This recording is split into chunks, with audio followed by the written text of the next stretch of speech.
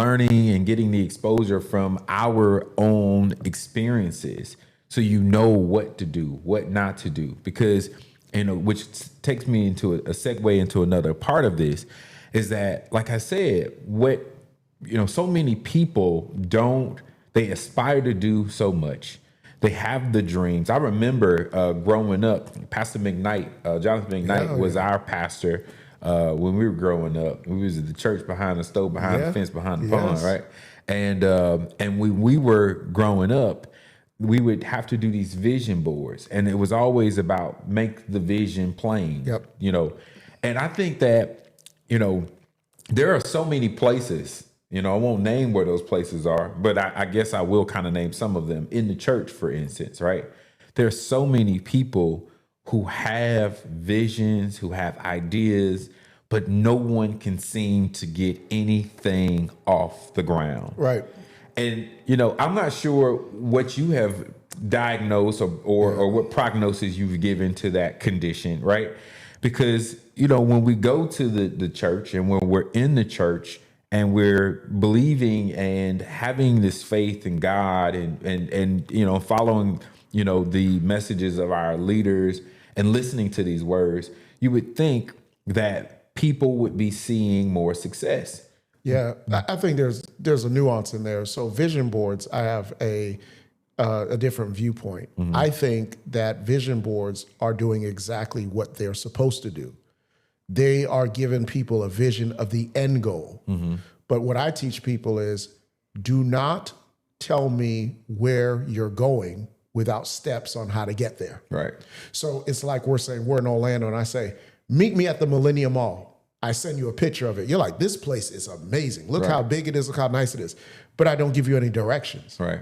So you're spending all your time in love with where you're supposed to go with no steps. No steps. So it's very important that even though I have a vision of what the end looks like, I need to spend a lot of time on the steps necessary to get there. And where do people find those steps? Mentors. Right. Mentors shorten the life cycle of your learning. And most people feel like, I got to learn it on my own. Or the excuse is going to be, well, these people don't want to mentor me. Well, the question is not, do these people want to mentor me? The better question is, am I a student worthy of being mentored? Right.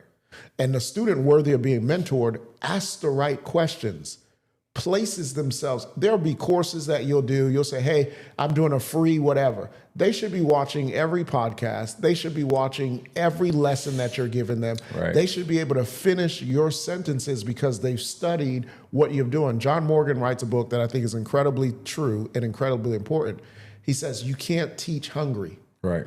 And a lot of people who want to get to the next level, they're just not hungry enough. They're not hungry enough. You can't teach that. Can't teach that ethic. And a lot of people want fine dining, but they don't have the ethic that matches the fine dining. Right. So what do we tell people, for instance, right, that have this aspiration, have this vision, have the goal, about what type of spiritual faith they need to have in order to finally go out there and be like Peter and walk on that water, right? So I would say choice plus choice equals your life. If you don't like your life, change your choices. Choice plus choice equals my life. If I don't like my life, I need to change my choices. All right. So it's a very simple formula, but what I would say to someone that is stuck in ideation, you're just stuck in the aspect of, I got this dream, I got this vision. You need steps. You need to get around a picture of what you see your future looks like, and you need to immerse yourself in that world. The fastest way to learn a language is to be immersed in the culture. Mm-hmm. Once you're immersed in a culture, you're going to pick up things that you never knew about the culture. You're going to pick up language faster. And we've got to put ourselves in rooms where success hangs. Right. Right. I'm not endorsing cigar lounges for the people passing smoking cigars. But a lot of high-end people are at cigar lounges. Right. Right. There are clubs, there are chambers that we need to be a part of, because our conversations are too low. Right. And if your conversations are low, your mind will be low. Right. If you change the way you think, you change the way you live. Right. And I think you make a valid point. You know, again, we're not endorsing, being, I'm not a pastor. But You're fine. You're fine. I'll get canceled, but you're fine. well, so what I will say is, there are certain rooms that you Correct. have to be in. Correct. In order to have the connection with specific people. And I think that that's what I'm trying to say, right? For instance, I've gone to churches and been in churches thinking to myself, man, sometimes people are very spiritual. Yeah. Right? Very religious. Say very, very so spiritual. They're so heavenly minded. They're no earthly good. Right. Which is what I'm saying is like, because that's a segment. That's a total group of people who have a hard time striking this balance between let me be saved, right? Let me be spiritual. Let me be consistent with my covenant, right, with God. Mm-hmm.